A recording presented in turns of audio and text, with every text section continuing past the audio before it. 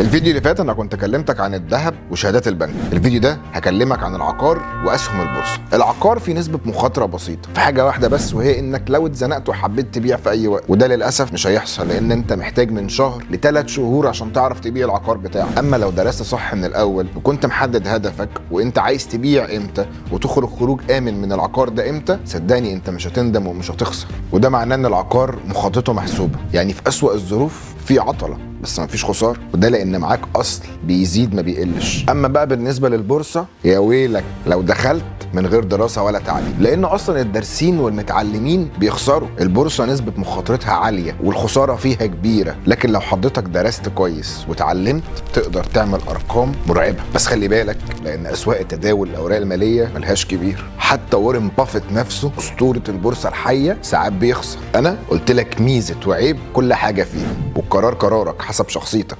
سلام.